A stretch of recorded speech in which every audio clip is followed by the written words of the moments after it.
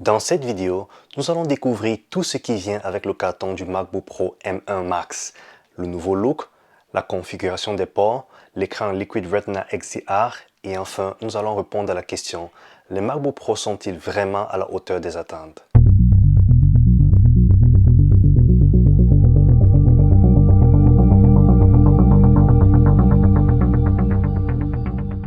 Bienvenue sur ma chaîne Radar Tech. Je m'appelle Nelson. Je fais des vidéos sur tout ce qui passe sur mon radar d'un point de vue technologique. Si tu es nouveau sur ma chaîne, je t'invite à t'abonner et à cliquer sur la cloche de notification pour ne rater aucune de mes vidéos.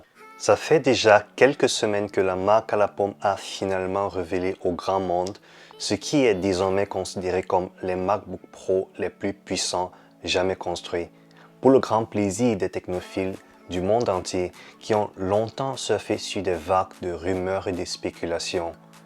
Après une présentation de 50 minutes, Apple n'a cessé de faire des affirmations les unes les plus hallucinantes que les autres, ce qui m'a conduit à vouloir regarder ça de plus près.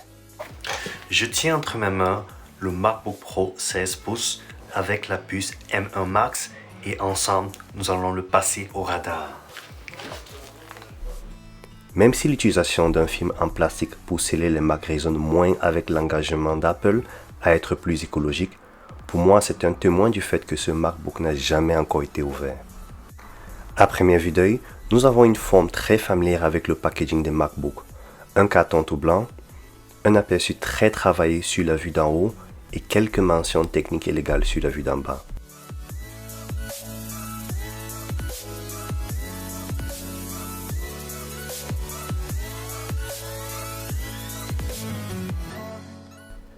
Parmi les accessoires qui accompagnent notre Mac, nous avons le câble USB-C vers MagSafe 3. De par son nom, on peut comprendre que c'est la troisième génération d'un câble qui avait déjà fait la particularité des chargeurs Mac. À la différence de ses prédécesseurs, il est détachable de l'adaptateur d'alimentation et se reconnecte très facilement par le connecteur USB-C. Le câble MagSafe 3 vient recouvert d'une gaine tressée qui, selon Apple, assure une plus grande durabilité. À la différence du MacBook Pro de 14 pouces, le 16 pouces équipé de la puce M1 Max vient avec l'adaptateur de 140 watts.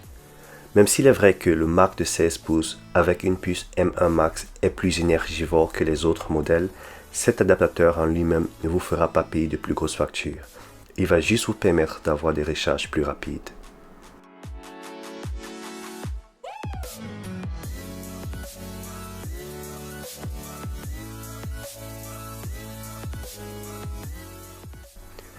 La première chose qu'on remarque sur ce MacBook, c'est sa couleur. Un gris cosmique qui en fait est juste une variante plus foncée de la couleur argent d'Apple. Le logo est gravé en haut et si c'est pas suffisant pour passer le message, il est gravé sur le bas l'inscription MacBook Pro. Avec ces deux indices, plus moyen de se tromper. C'est bel et bien un MacBook Pro conçu par Apple en Californie. Du côté droit du Mac, nous avons une fente pour la carte SD, un port Thunderbolt 4 et un port HDMI 2.0. Pour rappel, avec le port HDMI 2.0, nous sommes limités à un taux de rafraîchissement de 60 Hz en 4K. Avec la résolution et le taux de rafraîchissement de l'écran du Mac, il aurait fallu avoir un port HDMI 2.1 pour pouvoir avoir des performances similaires sur un écran externe.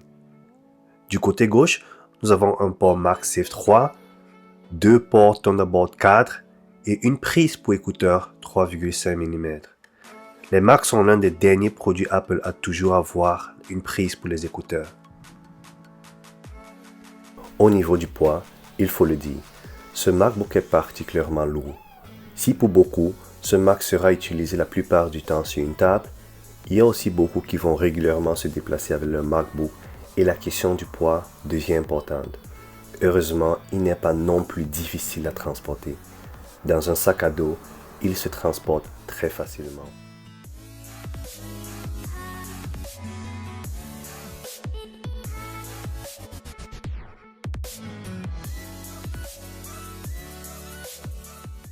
Le Magic Keyboard sur ce modèle est bien entendu rétroéclairé avec un Touch ID et un pavé tactile large comme j'aime bien.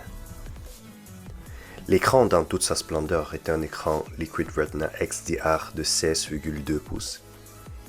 Il a une résolution native de 3456 x 2234 pixels, ce qui le rapproche énormément de la résolution 4K qui est de 3840 x 2160 pixels.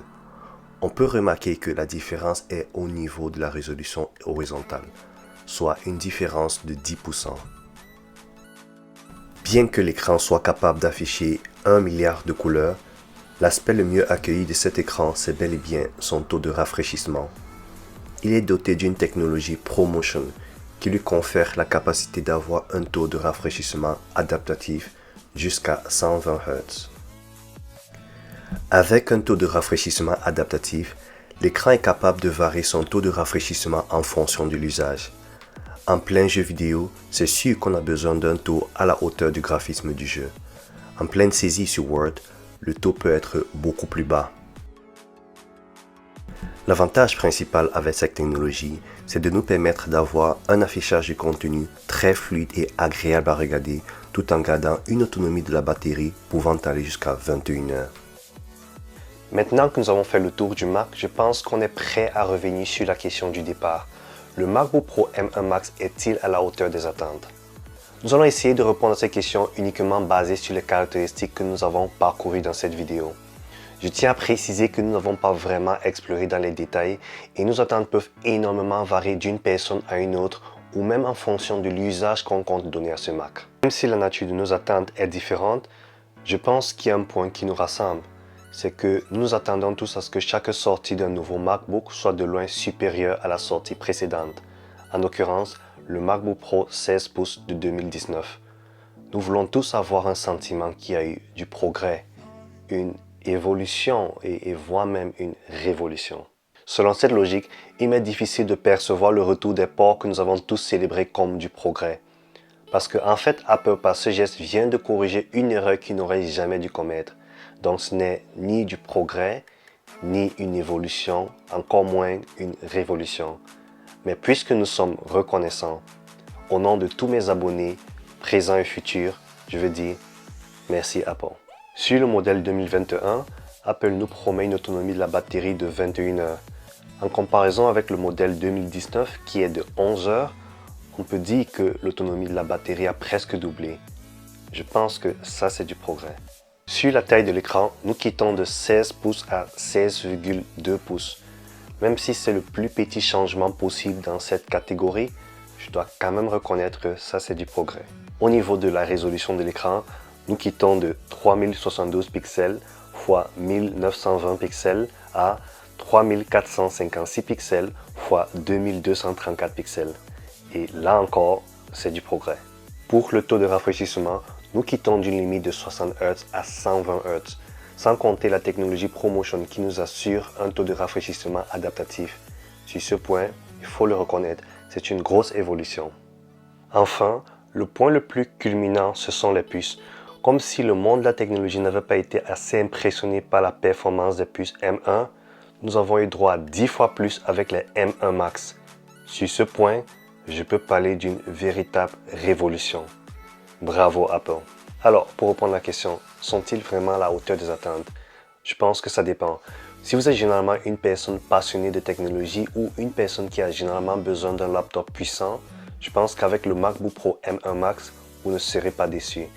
Mais par contre, si vous êtes une personne qui avait juste besoin d'un laptop pour des tâches légères, je pense que vous aurez juste besoin d'un MacBook Air. Moi personnellement, la raison pour laquelle le MacBook Pro M1 Max a gagné mon cœur, c'est parce que je suis un développeur qui nourrit beaucoup d'intérêt pour l'intelligence artificielle. Ce qui compte vraiment pour l'entraînement des modèles en intelligence artificielle, ce sont les performances graphiques. J'étais un peu déçu du fait que les puces M1 à leur sortie soient limitées au MacBook Air et au MacBook Pro 14 pouces. Pour moi qui aime bien les 16 pouces, je suis très heureux qu'ils sont désormais équipés d'une puce qui soit 4 fois plus puissante que les M1 en performance graphique. Merci beaucoup d'avoir regardé cette vidéo. Si vous avez des questions ou des remarques, je vous invite à laisser un commentaire. Moi, je fais partie de ceux qui prennent plaisir à lire les commentaires. Dans une prochaine vidéo, nous allons parler du prix des produits Apple et nous allons essayer de répondre à la question « Faut-il payer aussi cher ?» Si ce genre de vidéo vous intéresse généralement, je vous invite à vous abonner et à me laisser un pouce bleu sur cette vidéo. Merci, à très bientôt.